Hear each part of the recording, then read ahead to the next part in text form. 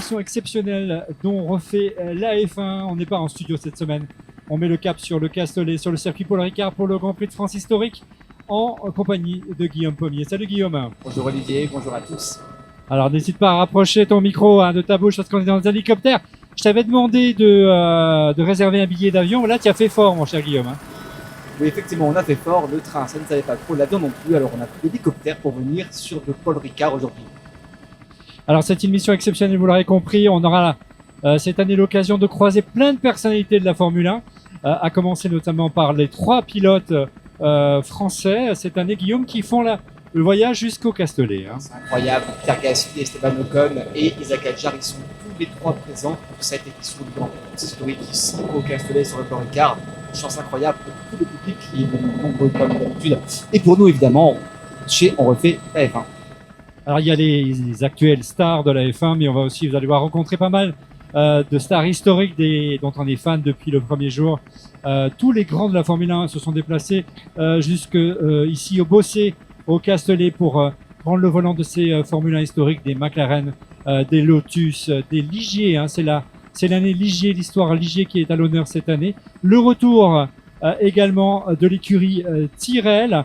Je propose qu'on redescende plus bas du côté du circuit Paul Ricard puisqu'on arrive et qu'on prenne la direction de la ligne droite des stands et que commence le tiré d'interview. Prêt Guillaume? Tout va bien. Pour l'instant, ça va. On refait la F1, c'est parti.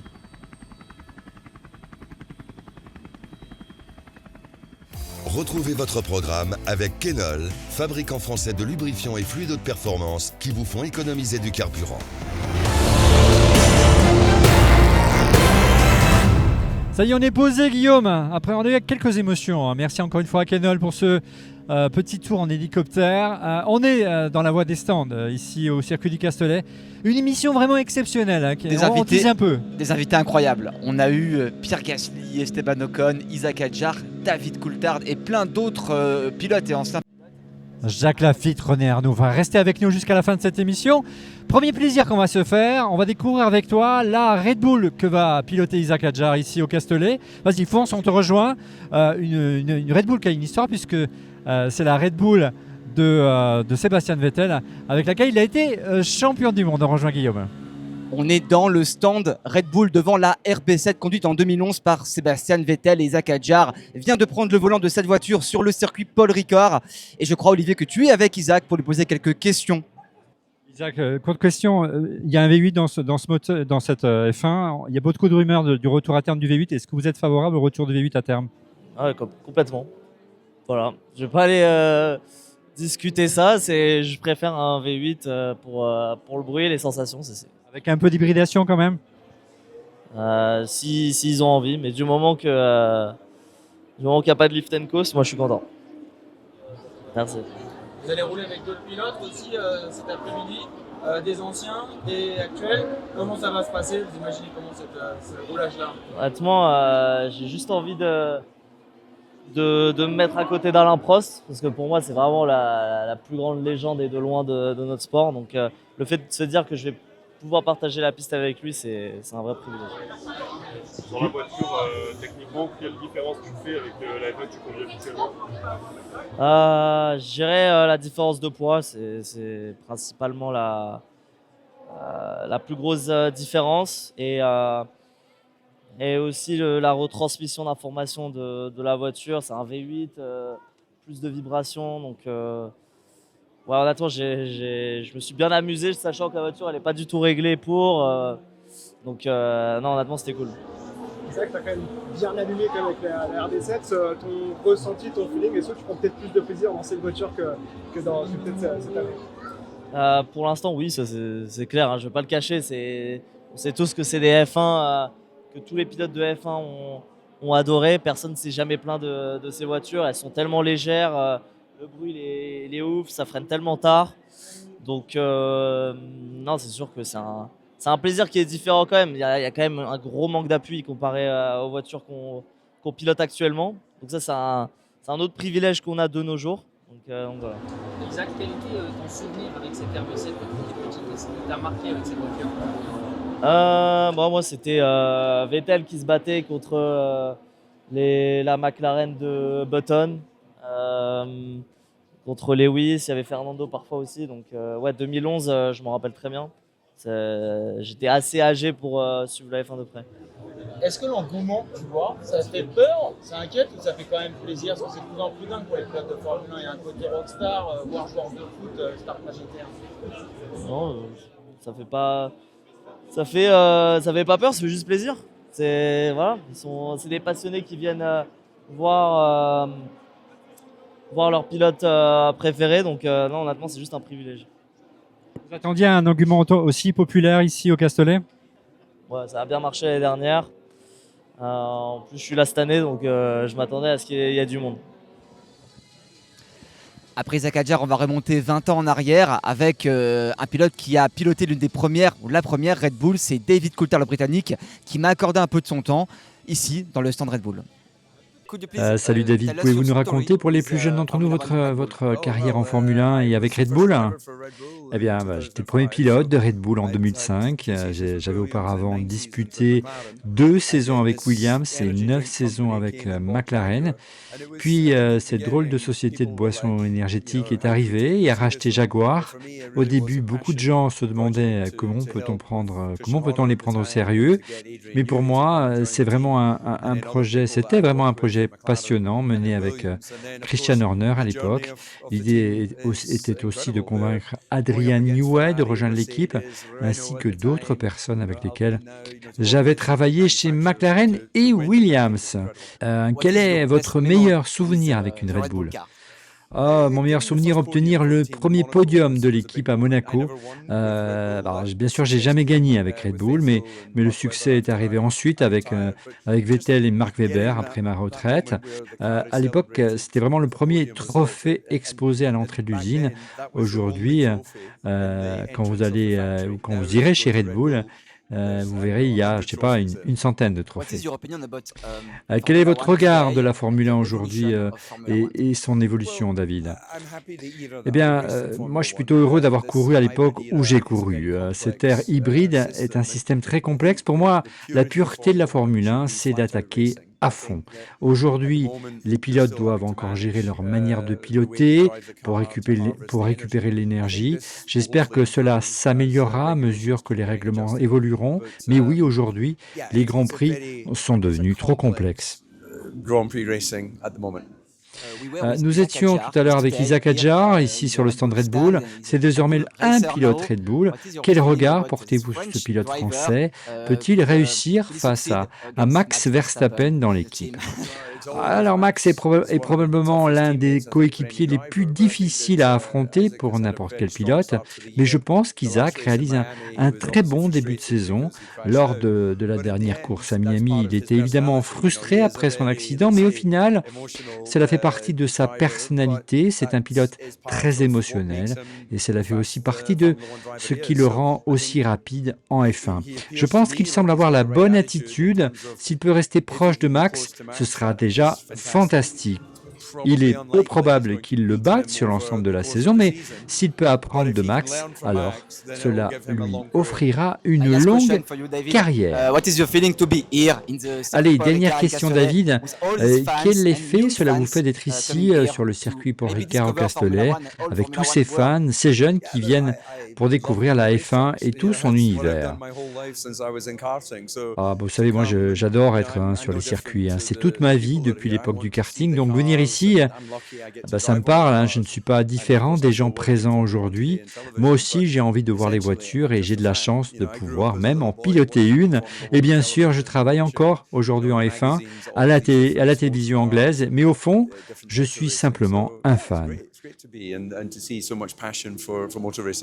Thank you very much, David. Thank you.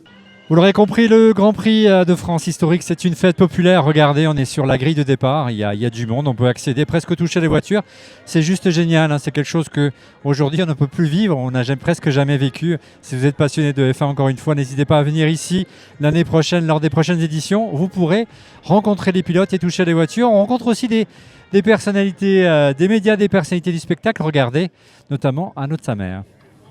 Arnaud, on vous sait un grand fan et un Racing Man, vous pilotez, vous faites du kart. Vous avez une grande histoire avec le sport automobile. Qu'est-ce que ça évoque pour vous, cet événement populaire qui réunit autant de monde chaque année ici au Castellet? Ça évoque, en fait, il y a le mot qui revient le plus, c'est la passion, quoi. C'est-à-dire que cette passion partagée par ce public qui vient, tous ces pilotes aussi qui viennent d'univers très différents jusqu'à la F1 actuelle, des pilotes professionnels actuels qui viennent participer à ce genre d'événement et se mélanger à ce public passionné. Je trouve ça absolument extraordinaire, quoi. C'est-à-dire aujourd'hui, on ne peut plus approcher les pilotes, on ne peut plus s'approcher des fins comme autrefois.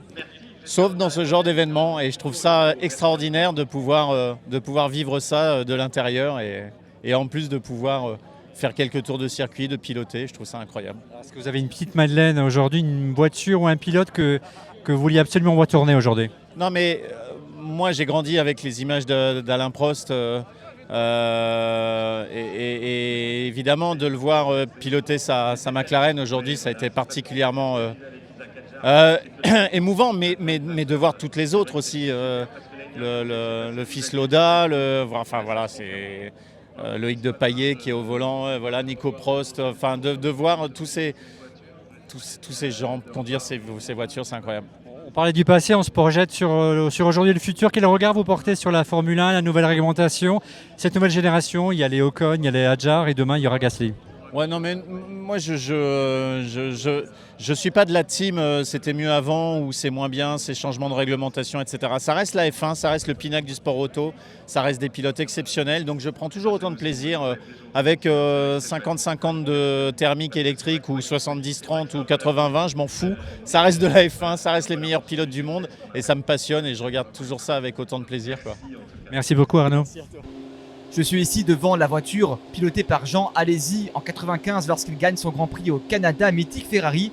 Et une autre Ferrari a été pilotée par Esteban Ocon qu'on retrouve avec Olivier juste maintenant.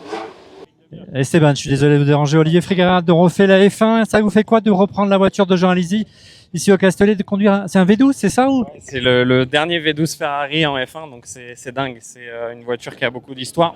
Dernier V12 en F1, c'est beaucoup d'histoire et c'est juste un événement de dingue ici en fait, parce qu'on n'a plus notre Grand Prix de France. Et du coup, voilà, on est très content d'être tous là en tant que passionnés. Et on kiffe, quoi. C'est un super moment. Un énorme engouement populaire. Ça vous surprend? Ça vous fait plaisir de voir autant de monde ici au Grand Prix de France? Ouais, c'est vraiment top et on voit vraiment que la France est une grande nation du sport auto. Et on mérite notre Grand Prix de France. Je vous souhaite un bon tour de qualif tout à l'heure. Merci beaucoup. Je me trouve ici dans l'espace Fast and Famous, un espace où il y a beaucoup de très jolies voitures, des Ferrari d'occasion, dont celle de Gilles Villeneuve. On a aussi celle de Jean Alesi, d'Alain Prost. Olivier, comment vas-tu? Fast and Famous. C'est aussi une parade. C'est aussi une parade. Hein. C'est deux moments forts durant ce week-end au Grand Prix de France historique ici avec Canol. Un moment de partage avec le public où tous les grands pilotes ont fait une petite course et ils sont prêtés au jeu. Alain Prost, Jean Alesi, Esteban Ocon, Isaac Hadjar, Pierre Gasly, j'en passe, c'est des meilleurs. L'organisation de l'épreuve nous a permis d'avoir accès à quelques images volées parce qu'ils ont fait un petit tour avec le bus impérial, hein, c'est ça? Exactement, avec des moments croustillants où on voit les pilotes échanger entre eux sur Alors, regardez, la course. Regardez, c'est sympa. C'est assez amusant parce qu'ils se donnent quelques conseils, puis ça vanne un peu. Regardez, on écoute ensemble. Vas-y les jeunes, c'est ça, c'est vous les stars. Mais les jeunes, non, bien Olivier. Non, moi je vais avec les vieux, moi. Je vais avec Jacques. Il a mis en qualif premier tour après la course sprint, premier push. J'ai fait du lift and coast avant d'arriver dans le course. On n'a pas le droit de doubler, genre? Je crois pas. Si, vous avez tous les droits, les gars. Tous les droits, on y va. Donc c'est le grand circuit. Jean, il savait pas qu'on faisait le petit circuit, ça serait Moi j'allais de l'autre côté. Ah non, mais ça va cadrer tout le monde. Ça serait bien que tu préviennes tout le monde. Attends, et de dire à tout le monde qu'il y a la chicane. Non, alors, et après la chicane. Alors, non. Non? On a la leading car. Ok. On va faire. Alors, voilà. Ce qu'on suit, on fait. Ok. Mais c'est le 3-8. Mais Fred, il va se tromper, hein? J'espère que non. donc en fait, on passe devant les stands. Ouais. On va pas jusqu'au est de la verrerie, on tourne à droite. Épingle. Et voilà. Et après, on fait la chicane normale, Ok. le circuit normal. Le circuit normal. Voilà. Okay, Alors moi j'explique. Quand il tourne à droite, on part tous à Arrêtez gauche. Et on rejoint après. C'est cool parce que je suis pas du tout écouté, tu vois. Ça, on est bien. l'école. Monaco, là. Tranquille, hein, aujourd'hui. Non, mais toi, tu es en première ligne, fais attention parce que si tu tournes à droite, on fait le Gugelmin bis. Il y a des comptes, tu peux faire un constat qu'à Monaco. Ah ouais, ouais. J'étais seul. Je me suis dit, ouais, Alain, il regarde toujours les réponses, c'est bizarre. Ouais, c'est bizarre. Oui, non, mais je voulais pas le trouver, mais au moins faire un petit peu. Si je change pas de vitesse. Bah oui, forcément. C'était drôle. J'ai bien aimé quand tu avais 3. Au début, j'ai fait qu'est-ce qu'il veut? Qu'est-ce que ça veut dire après quand t'avais j'ai compris là, j'ai vu. Et t'as vu au début, je shiftais trop tôt. Ouais. Mais tu sais que ta caisse ça marchait bien dans les lents. Dans les lents, ouais. T'avais beaucoup de grip. Mais dans les rapides, le nouveau mec. Ah, c'est lourd. Il n'y a pas de direction, Dans le dernier virage, dans le premier virage, tu vois. Non, ça, avec la main. Ouais, bah je pense que après dans les rapides, la prise de maintenance. Au final, à la fin, c'est une luche ça. 68. Ça, c'est une Formule 1. Mais 400 kg, 500 chevaux même. Les gommes. Regarde les disques. C'est dingue. C'est un disque de KZ 125. Tu vois la brignole avec ça à l'avant, elle ressemble à quoi? Ouais, c'est ça. C'est les tambours. Et tu vois, regarde la grille. Ça, c'est la fameuse grille de Ferrari. Ah oui, avec la grille. Et je te garantis, tu ne peux pas louper une vitesse. Ah, mais tu fais ça, je fais dans les tours, tu vois, mais quand tu as les régimes, c'est nickel. Et puis tu peux pas faire, par exemple, 5-2, tu vois. Ok. Parce que quand tu es en 5, après, il y a automatiquement, il y a un truc qui fait pour arrête de ne pas revenir avec Vous entendiez tout ce qu'on disait? Vous entendiez tout ce qu'on disait? J'en sais rien. Non, c'est... Non, s'il vous plaît, ouais. On est de retour dans les stands avec une Ferrari mythique, encore une fois, celle-ci qui est encore plus spectaculaire, Guillaume. Ouais.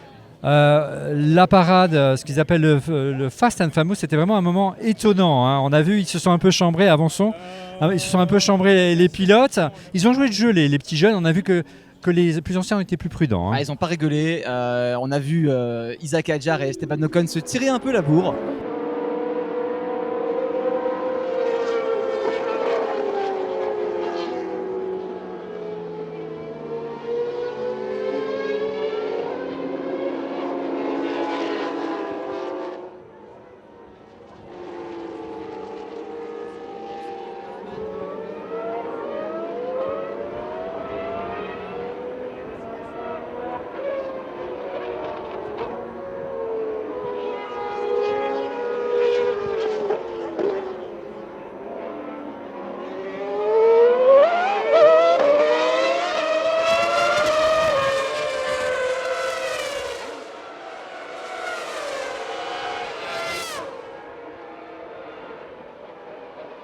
Avec pas la même voiture pourtant, hein, Olivier. Non, une Ferrari un peu plus ancienne et une Red Bull de 2011 pour donc a priori qui est un peu plus légère mais qui manque un peu plus de puissance en ligne droite au départ. Donc on a vu la Ferrari le redoubler et puis au freinage.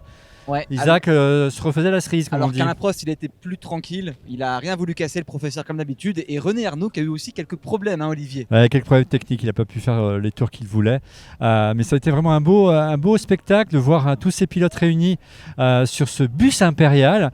Vous avez vu les petites discussions secrètes et cachées. Merci encore une fois à l'organisation de nous avoir donné ces quelques images volées.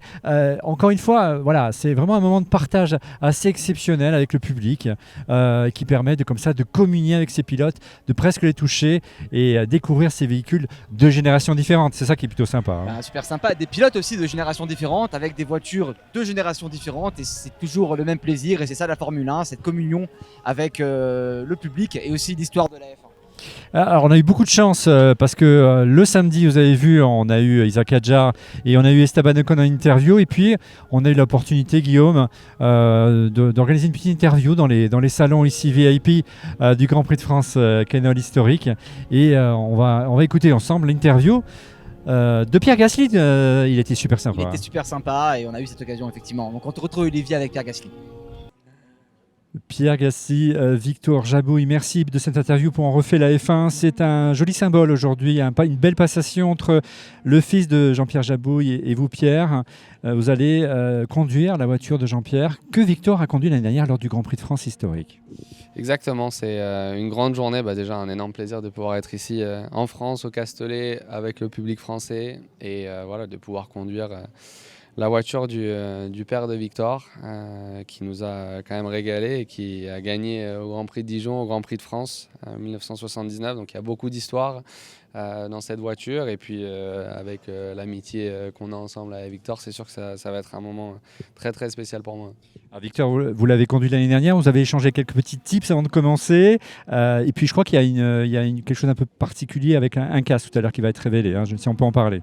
Non, pour être honnête, oui, il y a quelque chose de particulier. Je lui ai donné un peu je lui ai donné des petites infos techniques, mais bon, je pense que j'ai rien à apprendre trop de Pierre. On va dire qu'il connaît beaucoup de choses, mais c'était fort l'année dernière, c'est encore un peu plus cette année. On sait ce qu'on pense tous les deux et ce qu'on a vécu un peu ensemble.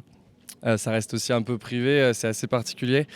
Donc je suis honoré. Moi, c'est énorme en fait de m'imaginer qu'il conduise la voiture de papa. Parce qu'il l'aurait souhaité, je pense. Il le voulait. Il voulait faire d'autres choses et je pense qu'il en est très fier. Il y a une petite étoile auquel j'en suis sûr qu'il soit très fier là-haut. Alors, une voiture un peu particulière, historique, avec un gros V6 turbo, avec un déploiement qui n'est pas très progressif. Vous le sentez comment ? Il pleut aujourd'hui sur le Castellet. Vous allez attaquer ou on va y aller tranquille ? On va prendre soin de la mécanique déjà pour commencer. Et c'est clair que le temps est au rendez-vous. Donc on ne sait pas encore si on va utiliser les pneus pluie ou les secs. Mais bon, dans tous les cas, ça va être le plaisir. Et voilà, cette sensation de pureté au volant, rien qu'en étant assis dans la monoplace. La proximité qu'on a avec la voiture, le fait que ça soit extrêmement pur, le volant, la boîte en H, etc., l'embrayage au pied, des choses auxquelles je ne suis pas habitué, mais en tant que passionné et fan de sport automobile, c'est des sensations qui sont incroyables. Dernière question Pierre, juste sur cet événement populaire qui connaît un succès vraiment extraordinaire, votre sentiment simplement ? C'est incroyable, franchement, de voir autant de personnes, de voir l'engouement. J'en avais aucun doute en étant en 2022 ici pour la dernière édition du Grand Prix de France. C'est des souvenirs qui m'ont marqué, je pense, en F1, sûrement un de mes plus beaux souvenirs que j'ai pu vivre. Et voilà, cette proximité, on n'a pas forcément l'occasion de l'avoir. En tant que Français, on voyage beaucoup. Il y a certaines personnes qui arrivent à venir sur les Grands Prix, mais ça reste très très compliqué de pouvoir être au contact des gens, de voir. J'ai eu plus de soutien en 20 minutes en bas dans le paddock que ce qu'on a pu recevoir depuis le début de la saison. Et voilà, ça fait très très plaisir. On voit bien sûr tous les messages de soutien sur les réseaux. On essaye de connecter de la manière possible, mais rien ne bat les émotions, les sensations qu'on peut recevoir et qu'on peut ressentir dans de tels événements. Donc c'est juste magique. Pierre, Victor, mille merci. Nous sommes de retour dans la pit lane devant la Brabham de Ricardo Patrese qui a gagné une édition du Grand Prix historique et je me dirige vers le podium. Le podium où on a l'habitude de retrouver Laurent Dupin, Julien Febvreau de Canal+. Ils sont là, Canal+. Ce week-end, ça montre évidemment l'engouement croissant pour le Grand Prix de France historique et on a eu la chance de partager aussi quelques instants avec Laurent et Julien dans On refait la F1. Olivier, on te retrouve avec eux. Oui Guillaume, je suis avec Julien Febvreau, le présentateur star de Canal+. Je suis un grand fan de Julien, j'adore, on peut tenir l'antenne des heures. J'ai encore en mémoire le Grand Prix de Belgique sous la pluie, c'est un moment mémorable. C'est Noël pour vous ce matin sur le circuit Paul Ricard. Hein. Oui, j'ai été très sage et donc le Père Noël m'a apporté ça au pied du sapin. Bon, il faut que je la rende quand même à un moment, mais j'ai eu la chance de m'installer à bord de cette Benetton de 1998. Et évidemment, rien que de dire la phrase « je me suis installé dans une Formule 1 », on est dans le domaine du rêve et un peu de la magie de Noël, ouais, on peut le dire comme ça. J'avais pris déjà le volant de Formule 1 il y a quelques années, on se souvient, à bord d'une Alpine. Alors c'est l'ancêtre de l'Alpine de l'époque. C'est quoi la génération physique est là, moteur V8, c'est ça ? Exactement, c'est une voiture de 1998 qui à l'époque en course avait un V10 Mecachrome et on va dire ex-Renault, mais là pour des raisons de fiabilité, de coût, de facilité, c'est un V8 qui est à bord. Donc c'est pas le moteur d'origine de 1998, mais ça permet quand même une accessibilité au plus grand nombre. C'est l'école LRS à Manicourt qui prend soin de cette voiture et qui la fait rouler.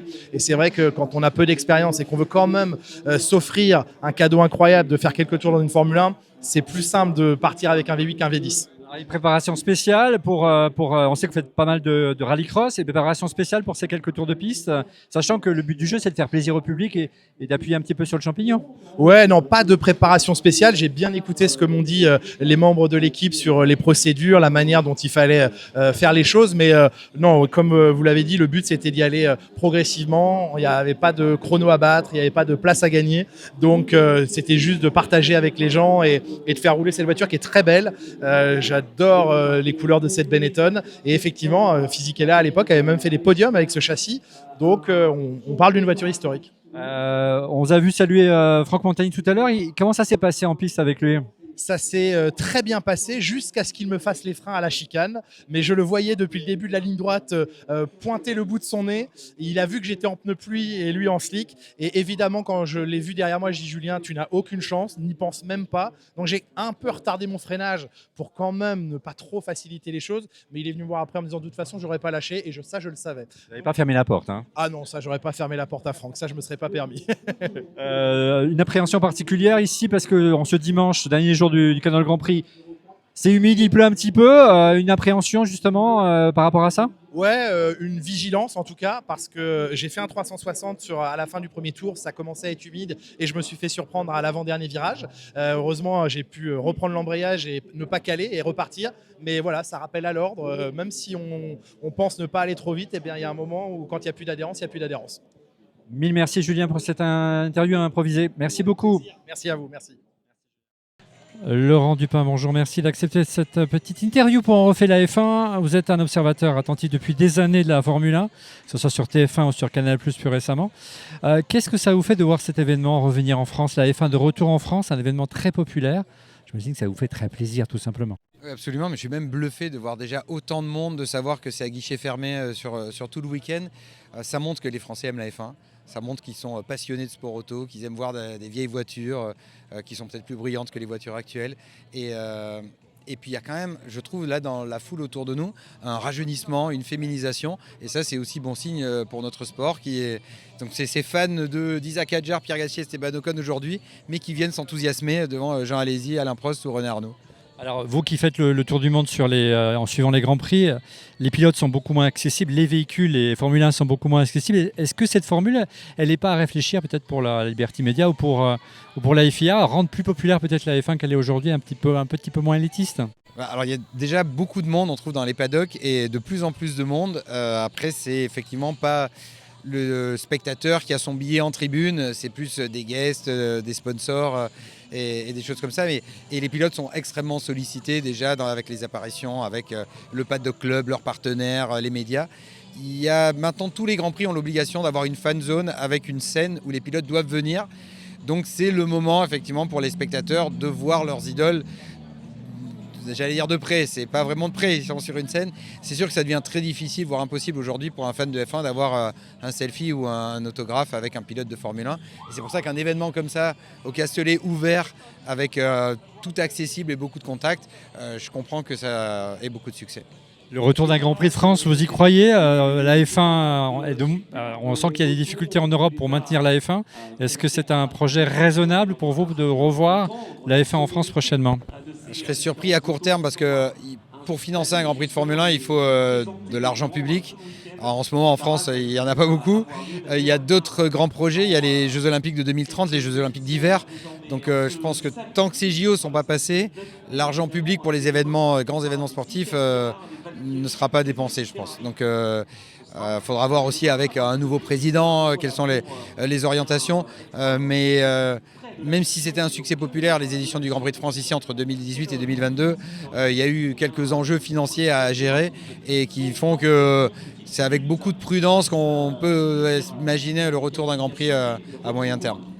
Dernière question, si vous aviez une petite Madeleine, une Formule 1, un pilote que vous allez absolument voir tourner ce week-end. Pour moi c'est Alain Prost. J'avais des posters d'Alain Prost partout dans ma chambre, donc de voir sa voiture, même si celle de 87 qui est derrière nous, est pas excellente. Il était champion en 85, en 86, il joue le titre en 88, il est champion en 89.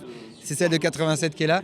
Mais pour moi, Alain Prost, la McLaren, ouais, j'avais des posters et c'est mon idole d'enfance. Et quand j'ai eu la chance de le connaître, quand parfois il m'envoie un WhatsApp, à chaque fois ça me fait un truc en me disant c'est Alain Prost qui m'envoie un message. Donc voilà, pour moi, pour la vie, Alain Prost. Merci beaucoup, c'est très gentil, merci.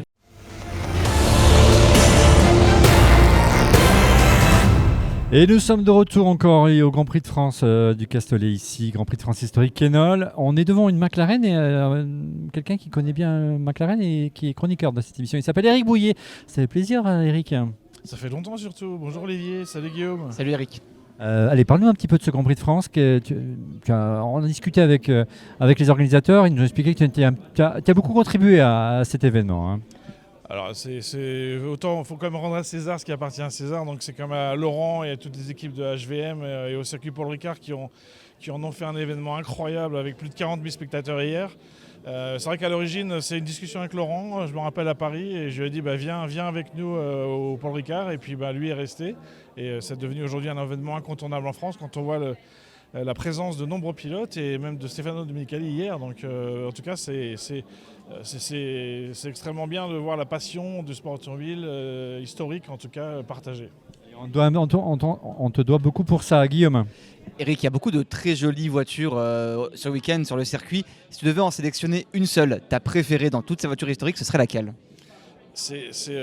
On a tous une opinion, on a tous des préférences, mais c'est vrai que c'est compliqué quand même de choisir. Celle qui est derrière moi déjà, elle est sympa. C'en est une.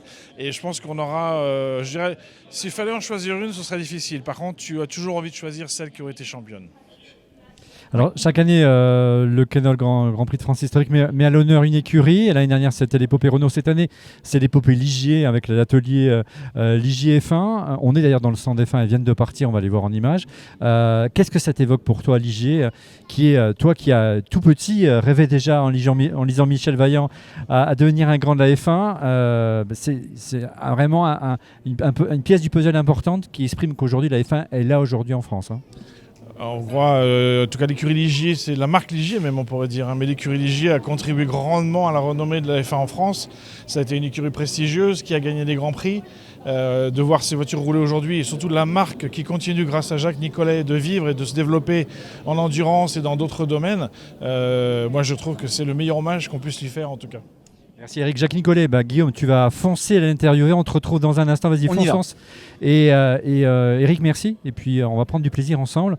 On retrouve Guillaume avec Jacques Nicolet.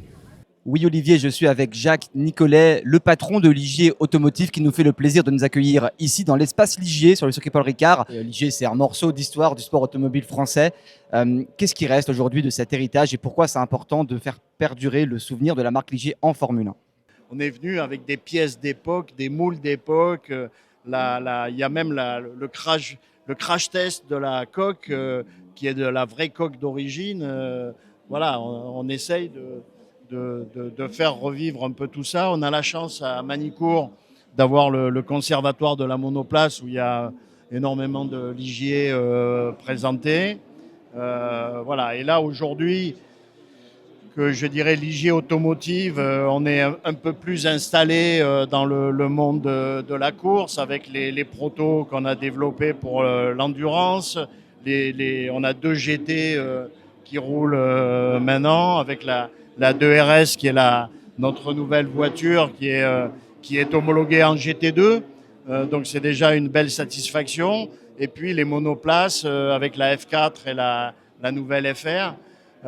Donc voilà, on a cette année, je crois qu'on a un peu plus de 500 voitures qui roulent en course dans le monde. Donc voilà, maintenant on peut on a le temps de se pencher sur l'histoire et de raccrocher les wagons, quoi. 500 voitures en course, mais aucune en Formule 1. Jacques, au moment où Alpine devient de moins en moins française, est-ce qu'un retour de Ligier en Formule 1 est envisageable à court ou moyen terme, évidemment? Non, franchement, non.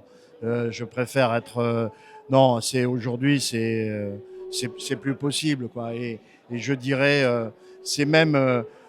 c'est pas souhaitable parce que ça peut mettre toute l'entreprise en danger, quoi. Et voilà, on préfère être sur des bases solides Ma dernière question, Jacques, on est devant la voiture de Jacques Lafitte qui, vous nous l'avez dit, est votre voiture préférée chez Ligier. Pourquoi? D'abord par rapport à son histoire, où effectivement, moi j'adore Jacques Lafitte. C'est quelqu'un d'extraordinaire et qui a eu un talent fou et qu'il a particulièrement démontré sur cette voiture. Et cette voiture, pour moi, elle réunit beaucoup de choses parce que sur un plan esthétique, je la trouve très réussie. En termes de perfo, elle a montré que c'est probablement la meilleure Ligier en F1 de l'histoire de Ligier. Voilà, et puis c'est la voiture de Jacques, quoi. Donc, J'ai la chance et le plaisir, le grand bonheur, le privilège d'être avec Jacques Lafitte, le pilote historique, je dirais, de Ligier. 176 Grands Prix, j'ai noté entre 74 et 86, 6 victoires, 32 podiums, 7 pole positions. Vous surnommez Happy Jack, vous êtes très heureux, je crois, aujourd'hui. J'ai toujours été heureux, c'est les caractéristiques de mon éducation. Pourquoi peut-on être malheureux et être triste quand on fait un métier comme j'ai fait toute ma vie? Je vis de l'automobile depuis que j'ai 25 ans, j'en ai 83 aujourd'hui, donc il y a le chemin parcouru, quoi. Et vous ne les faites pas. Non, je vous assure. Vous reprenez pour la première fois, ça fait très longtemps que vous n'avez pas reconduit une Ligier. C'est une émotion particulière de reprendre le volant de ce véhicule. On en a discuté avec votre fils juste avant vous, qui a pris le volant de la voiture hier, qui nous a dit qu'il était un petit peu halluciné. Il avait conscience du risque que représentait de piloter ces voitures à l'époque. Vous savez, quand je remonte dans cette voiture, je me sens tout de suite, je me mets assis, je prends mon volant d'une main, je change de vitesse à droite et ça y est, je suis revenu instantanément avec les réflexes que j'avais il y a 40 ans. C'est des réflexes conditionnés. Ligier, c'est une écurie que vous portez dans votre cœur, puisque vous avez également piloté pour Williams. Qu'est-ce que ça représente Ligier pour vous et cet événement ici au Canal Grand Prix historique, d'être sur cet atelier F1 et de voir que les Ligier continuent à vivre et sont entretenus et ne sont pas dans des musées, continuent à rouler? Vous savez, remonter pour Guy Ligier et conduire une ancienne Formule 1 comme ça, c'est un bijou pour moi. Donc, je suis ravi qu'on me propose. J'espère que je vais avoir la force de conduire très bien, parce que je vieillis lentement mais sûrement. Donc je vais faire tout ce qu'il faut pour que ça marche. On sera au bord de piste pour vous applaudir et vous soutenir. Dernière question, c'est aussi votre dernière écurie en F1 après votre accident. Ça a été vraiment... quel recul vous avez sur cette période en 86 quand vous avez eu votre accident qui vous a obligé d'arrêter votre carrière? Quand j'ai eu cet accident, j'avais déjà 43 ans, donc j'avais 2 enfants, une femme, donc je me suis dit je vais arrêter de conduire. Et après 2 mois à l'hôpital, j'ai dit non, je veux reconduire. Et Guy m'a dit non, stop. Donc il a eu raison, il fallait que je m'arrête. Pourquoi il vous a dit stop, Jacques? Guy, il voulait plus que je conduise ces voitures parce qu'il s'est tellement fait peur à mon accident à Brandjach. Il a tellement eu... Oui, j'étais très inquiet à mon égard. Il voulait plus que ça se reproduise. Et il m'a dit, ce que j'ai dit tout à l'heure, si tu dois te tuer, ça ne sera sûrement pas dans la voiture. Donc, il ne conduira plus pour moi. Dernière question, Jacques. Quelle différence il y avait dans l'ambiance, dans le management entre Williams et Ligier, tout simplement? C'était complètement différent. Une écurie anglaise, une écurie latine, comme on dit. On n'est plus... moins responsable. On s'amuse plus chez nous. C'est plus... Mais on bosse quand même, mais c'est différent. Les Anglais, c'est méthodique. Ça m'a appris beaucoup de choses que j'ai pu ramener chez Guy, d'ailleurs, quand je suis retourné en 85. Mais je dois dire que je préfère l'ambiance de chez Guy que l'ambiance de chez Franck. J'ai eu beaucoup de respect pour Franck Williams qui m'a donné la première chance de conduire une Formule 1. Mais bon, ça s'arrête là après, tout va bien. Jacques, mille merci pour moi. C'est un grand plaisir, un grand honneur de pouvoir vous interviewer. Et puis on va vous supporter tout à l'heure, on va vous applaudir dans la ligne droite tout à l'heure. On retrouve Guillaume avec votre coéquipier chez Ligier à l'époque qui interviewe René Arnoux. Oui, Olivier, on est avec l'un des plus grands pilotes de l'histoire du sport automobile français, René Arnoux. C'est 149 courses, c'est 7 victoires. René, merci beaucoup de nous accorder un peu de votre temps. Racontez-nous votre moment le plus marquant avec Ligier, parce qu'on est dans l'espace Ligier aujourd'hui. Je crois que quand on fait de la Formule 1, même avant, hein, les moments, ils sont tous marquants. Donc après, je suis arrivé en 86 chez Ligier avec Jacques, où on se connaissait déjà par cœur, puisque on est pratiquement nés avec l'automobile à Manicourt, tous avec le fameux volant Shell qui est devenu Elf. Et puis, Moi, j'ai beaucoup aimé cette période parce que Guy était comme un pilote. D'ailleurs, il a été pilote à un moment. Mais quand il manageait son équipe, c'est un gars qui était tenace, motivé. Il ne se rendait jamais. Et je crois que c'est comme un pilote quand il est dans une course. À un moment, on a quand même des problèmes, freins ou pneus ou autres. Eh ben, il ne faut pas se rendre. Il faut essayer d'aller jusqu'au bout du drapeau à damier. C'est ce que faisait Guy. Et il bossait vraiment très fort pour son équipe, pour la maintenir, pour lui trouver des solutions, pour l'améliorer aussi beaucoup, parce qu'il trouvait quand même des bons budgets. On était certainement une des meilleures équipes privées par rapport à des McLaren ou des Ferrari. Et il s'est vraiment toujours donné à fond, comme nous, on se donnait à fond quand on conduisait. Donc, moi, j'aime bien les gens entiers. Il était entier, il disait ce qu'il pensait. Parfois, on le reproche, hein, mais on me l'a reproché aussi. Mais je préfère des gens comme ça que des gens un peu sournois par derrière. D'ailleurs, la Formule 1 est devenue un peu plus aseptisée qu'à l'époque. Est-ce que vous suivez encore les Grands Prix et qu'est-ce que vous en pensez de l'évolution actuelle de la Formule 1? Quand je suis à la maison, si j'ai pas grand-chose à faire, je regarde. Donc, j'allais regarder 3 jusqu'à maintenant, notamment le dernier. Mais quand je vois qu'en Formule 1, maintenant, on lève le pied en ligne droite pour recharger les batteries, alors là, la Formule 1, c'est la voiture vraiment de sprint. C'est 1h30 de course, à peu près entre 50 et 70 tours. Donc, c'est du non-stop du début à la fin. Et là, je suis pétrifié, mais horrifié. Vous n'êtes pas très fan de la réglementation actuelle? Non, c'est n'importe quoi, mais je l'ai toujours dit, les gens qui font les voitures sont beaucoup plus intelligents que les gens qui font les règlements. Et comme le règlement il est très mal fait en ce moment, eh ben, les gens qui font les voitures, ils subissent ça. Alors les règlements, ils pourraient évoluer et on parle peut-être de l'arrivée nouvelle d'un moteur V8 à horizon 2030. Qu'est-ce que vous en pensez? Est-ce que ça irait dans la bonne direction selon vous? Oui, alors c'est toujours pareil. Moi, ça me fait rire ça aussi. On parle d'un budget cup qui est ridicule d'ailleurs parce qu'ils l'ont bouffé au bout de 5 courses. Et en même temps, on fait changer l'évolution des moteurs sans arrêt. C'est-à-dire quand vous refaites un moteur en F1, un V8, un 10 ou un 12, enfin je ne sais pas quelle va être la réglementation, eh bien à ce moment-là, vous refaites tout et ça coûte une fortune. Et puis pour moi, la F1, ça n'a jamais été une formule de promotion. C'est une formule où je voudrais avoir du 10 cylindres, du 12, du 8, ce que les gens veulent, marié avec le turbo comme on avait à l'époque, et puis 5 marques de pneumatiques, etc. C'est un développement, la F1, qui doit servir à tout le monde, et surtout aux voitures de série. Or, maintenant, c'est tellement compliqué qu'il n'y a rien qui est adaptable aux voitures de série, et je trouve ça vraiment dommage. Espérons que, à mon temps, je trouve que c'était quand même un règlement fait beaucoup mieux et beaucoup plus stable. Espérons que ce coup-là, ils arrivent à faire un vrai règlement qui dure et qui soit vraiment sympa à regarder pendant les Grands Prix. Ma dernière question, René, vous avez piloté hier une voiture historique avec les anciens pilotes, Alain Prost, Jean Alesi. Qu'est-ce que ça vous fait et qu'est-ce que ça vous fait toujours de venir voir ce public toujours plus nombreux au Grand Prix de France historique? La passion, c'est pas un truc d'égoïste.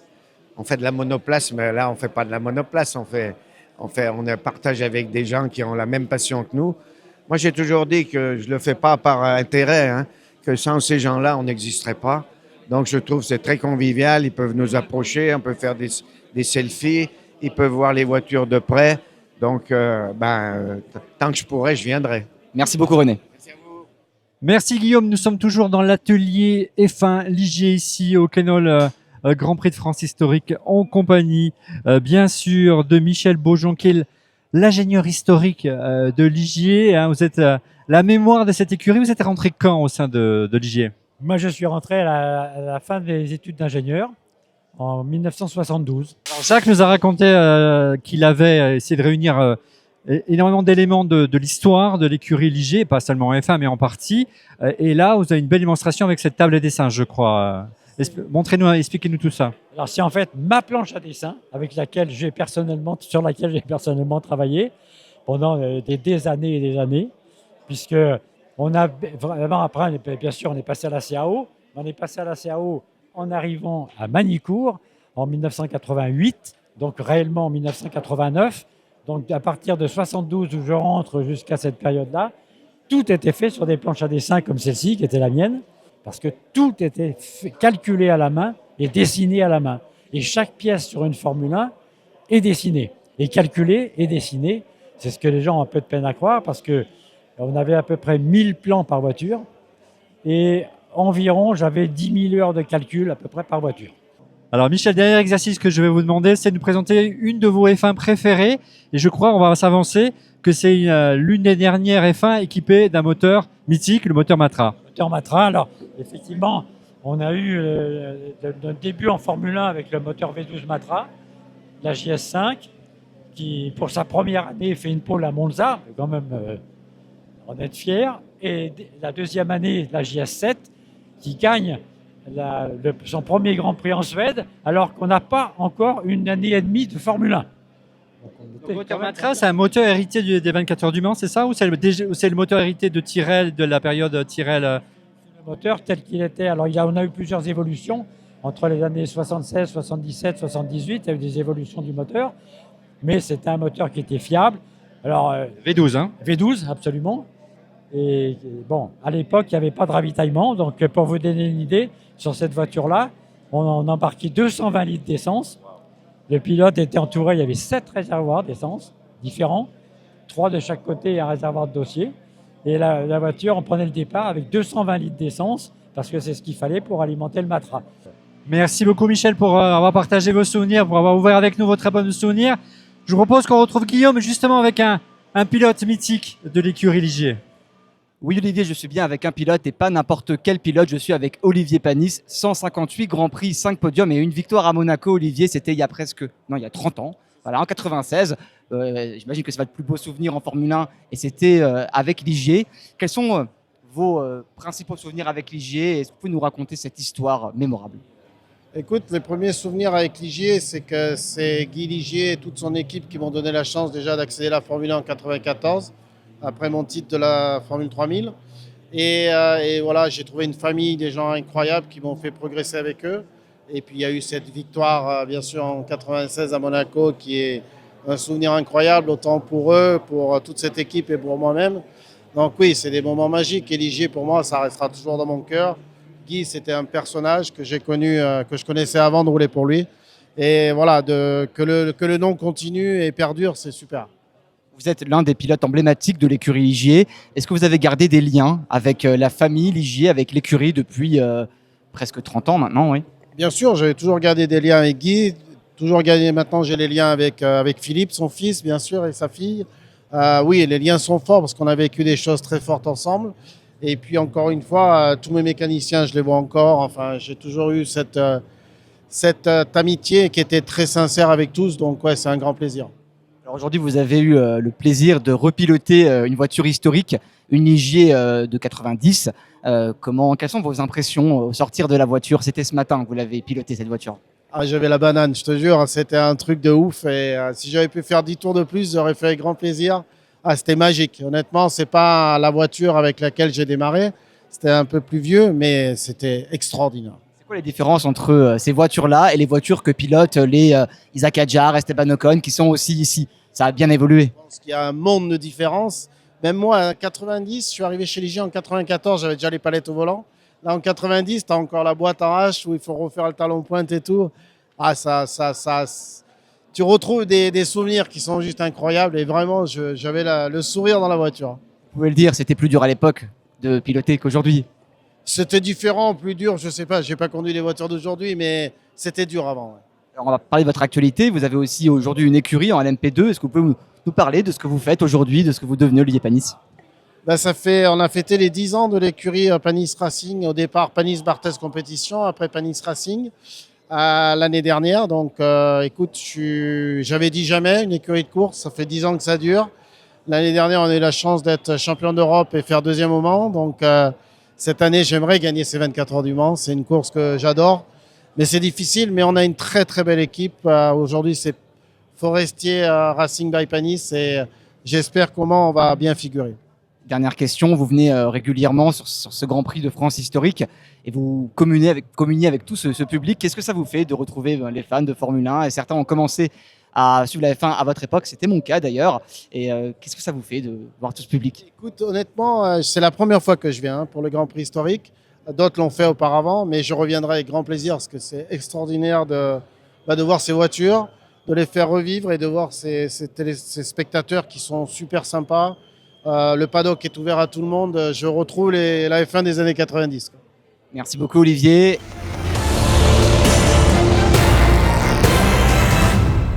Un petit clin d'œil à notre partenaire Winamax, c'est la séquence prono comme chaque semaine dans On refait la F1. Découvrez la double offre bienvenue de notre partenaire Winamax qui donne à tous les nouveaux joueurs 2 bonus exceptionnels. Alors que je rejoins notre ami Guillaume. Bonus numéro 1, Winamax vous rembourse votre premier pari en cash.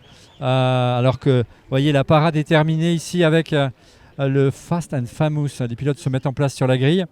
Le bonus numéro 1, je vous le disais, Winamax vous rembourse votre premier pari en cash si celui-ci est perdant dans la limite des 100 euros. Le bonus numéro 2, Winamax vous offre 10 euros supplémentaires en cash avec le code promo ORLF1. Alors, comment ça marche? C'est très simple. Vous déposez 100 euros en saisissant le code ORLF1 et vous profitez de 10 euros supplémentaires. Vous placez votre premier pari et Winamax vous rembourse le montant de celui-ci s'il est perdant dans la limite de 100 euros. Vous pouvez vous inscrire bien sûr sur le site de winamax.fr et renseigner le code ORLF1 au moment de votre premier dépôt via le lien dans la description de la vidéo. Attention, cette offre est réservée uniquement aux nouveaux joueurs. Je vous rappelle que les jeux d'argent sont strictement interdits aux mineurs et je vous rappelle également que c'est un jeu et qui ne permet pas de s'enrichir et qui n'est pas une alternative au travail. Un grand merci à Winamax qui sponsorise ce contenu. On va commencer avec toi, mon cher Guillaume. Quel est ton podium pour le prochain Grand Prix qui sera le Grand Prix du Canada? Du Canada à Montréal. Alors j'ai vu Mika Hakkinen en combinaison jaune, orange pardon. Ah, tu penses que McLaren va gagner? Et voilà, et ça me fait repenser à McLaren, à Lando Norris et qui aura encore des évolutions à Montréal. Donc je vais mettre Lando Norris en vainqueur, George Russell en second et peut-être Charles Leclerc. On avait beaucoup de Ferrari. Donc pour nos amis tifosi, un podium pour Ferrari au Canada. Et moi, je vais vous mettre, c'est pas très original, mais j'ai envie de faire plaisir à la Scuderia Ferrari. Je vais mettre Leclerc vainqueur, deuxième Antonelli et troisième George Russell. On a demandé à quelques pilotes assez connus leur prono. On a les pronostics d'Isaac Hadjar. Bon, on va écouter Isaac Hadjar alors. Pronostic pour le prochain Grand Prix? Canada. Je pense qu'on a une bonne voiture pour le Canada. Il n'y a pas de virage rapide. Donc ça va nous aider. Je sais pas. 4e. Un podium Isaac Hadjar pour le prochain Grand Prix? Je pense pas. Et avec vous, merci Isaac. Merci beaucoup. De retour ici sur la pit lane avant le départ. C'est la grille qui se met en place. Ouais, de Fast and Famous. On continue nos pronostics et on a rencontré une personnalité vraiment très attachante, oui, Guillaume. Jean-Jacques Gasly, le papa de Pierre Gasly, qu'on a rencontré, avec qui on a échangé quelques mots et qui nous a donné lui aussi son pronostic pour le prochain Grand Prix. Regardez.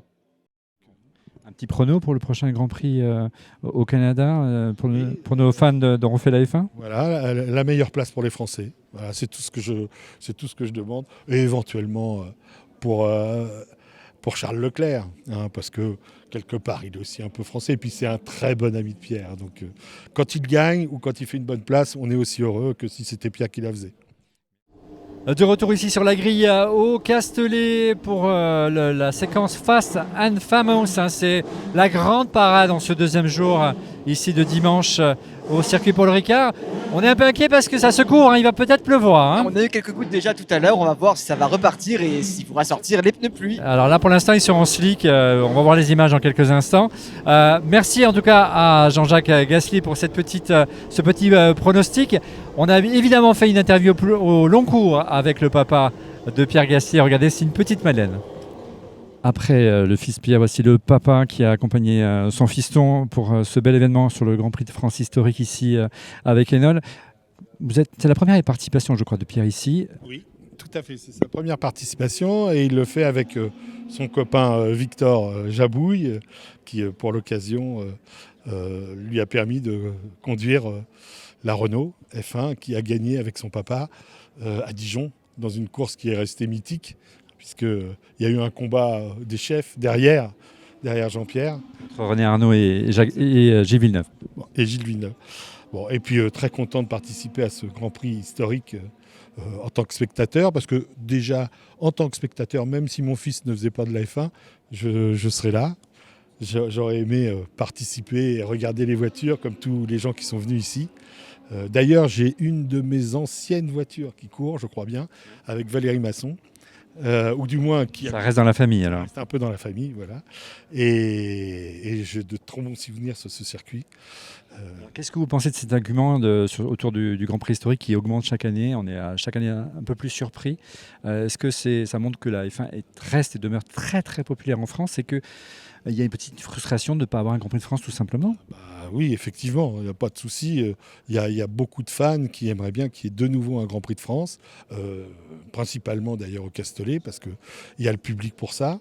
Il faudrait un peu plus de tribunes peut-être et un peu plus d'aménagement, mais néanmoins, les Français aiment le sport automobile. Pour mémoire, nous sommes rouennais avec Pierre. Personne n'est parfait, mais je sais, mais bon. Parfait. Et la première course automobile a eu lieu entre Paris et Rouen, je tiens à vous le rappeler. Et puis on avait un super circuit qui s'appelait le circuit des Essarts. Et donc vraiment, on est d'une famille et on est dans le mouvement du sport automobile. Et puis il y a un rapprochement maintenant avec Alpine F1 puisque l'usine Alpine est à Dieppe.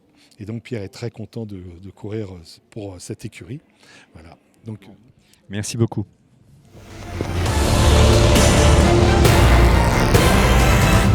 Laurent, je sais que c'est un peu tôt pour faire un premier bilan, mais quel déjà premier bilan en termes de fréquentation, en termes de retour que vous avez sur cette édition 2026?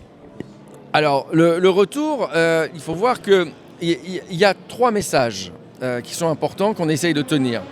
D'abord, un message avec une expérience spectateur. On voit des courses, on voit des animations, on voit des moments revival.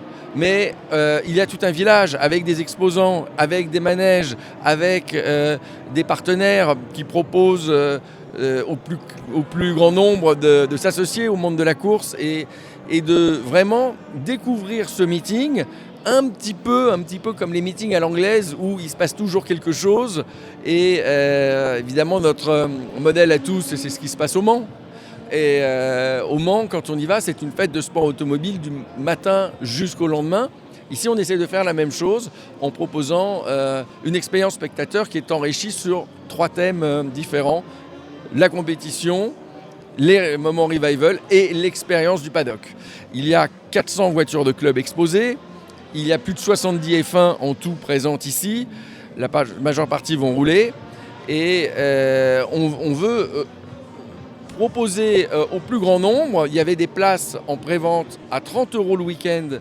C'est vraiment très accessible, très populaire. C'est ça qui est très agréable. Alors, évidemment, dans un événement comme ça, comme il faut s'organiser, plus le temps passe, plus les prix montent. C'est un petit peu comme un billet d'avion. Si vous prenez au dernier moment, c'est plus cher que lorsque c'est en early booking.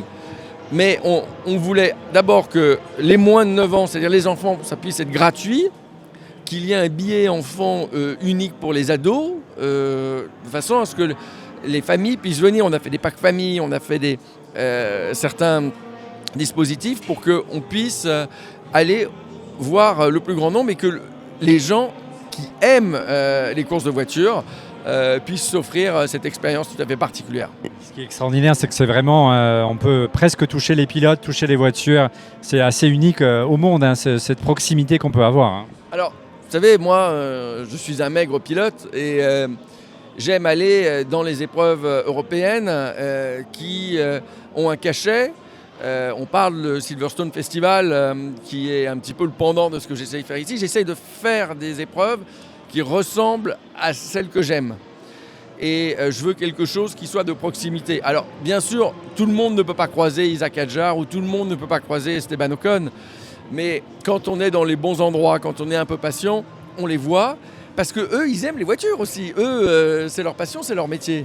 Donc, ils chinent, ils sont là. J'étais avec Franck Montagny tout à l'heure, toujours prêt à raconter ses expériences. Ou René Arnoux, qui a la carrière qu'on connaît. Alain Prost, qui s'est prêté au jeu.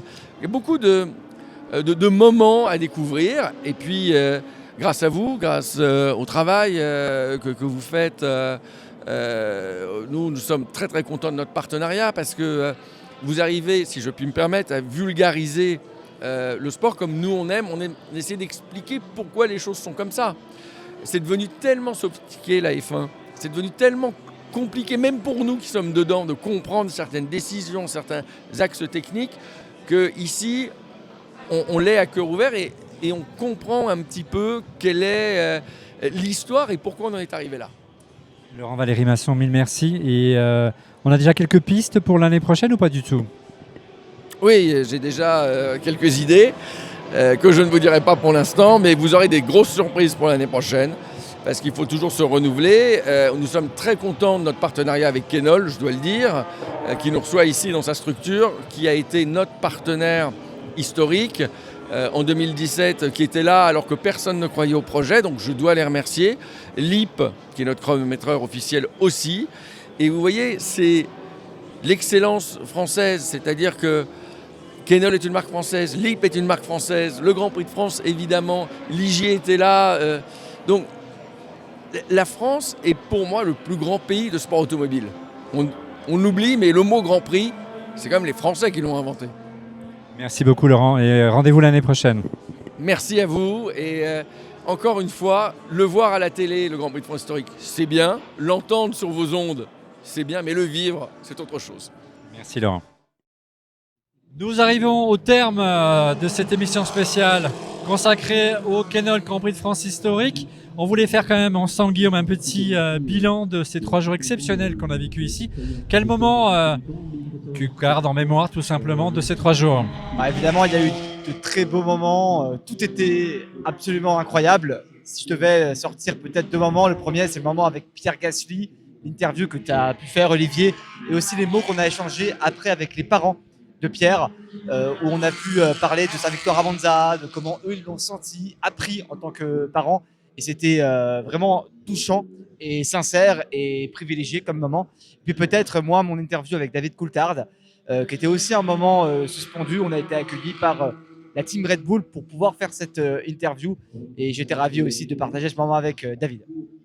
Ouais, c'était super de pouvoir comme ça échanger avec les parents de Pierre Gasly et de voir que pour arriver à ce niveau-là, il faut faire beaucoup de sacrifices. Et ils ont bien bossé, c'est moins qu'on puisse dire. Voilà, en tout cas, nous, on voulait remercier également les organisateurs, bien sûr, du Kenol Grand Prix de France historique de nous avoir accueillis. On a pris énormément de plaisir durant ces 3 jours. On remercie bien sûr nos sponsors, à commencer par Kenol et Winamax. On remercie également les équipes d'Electrolux Production qui n'ont pas démérité tout au long de ce week-end. On pense notamment à Axel Mazzoni. Et puis, bravo Axel. Oui, bravo Axel. Et puis, je propose qu'on reprenne le cap. On va reprendre un peu d'altitude. Il faut qu'on rentre, Olivier. Ouais. Allez, on reprend un peu d'altitude et on se donne rendez-vous la semaine prochaine.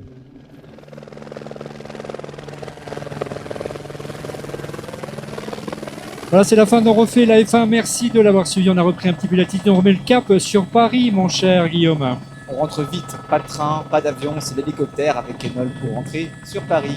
Un grand merci en tout cas à notre partenaire Kenol qui nous a permis de nous envoyer un petit peu en l'air et d'avoir une vue imprenable sur le circuit Paul Ricard et sur ces magnifiques bolides qu'on a adoré voir tourner sur un vrai circuit plutôt que dans un musée. On vous donne rendez-vous dès la semaine prochaine et à l'année prochaine pour le prochain épisode du Kenol Grand Prix de France historique. Salut et un grand merci.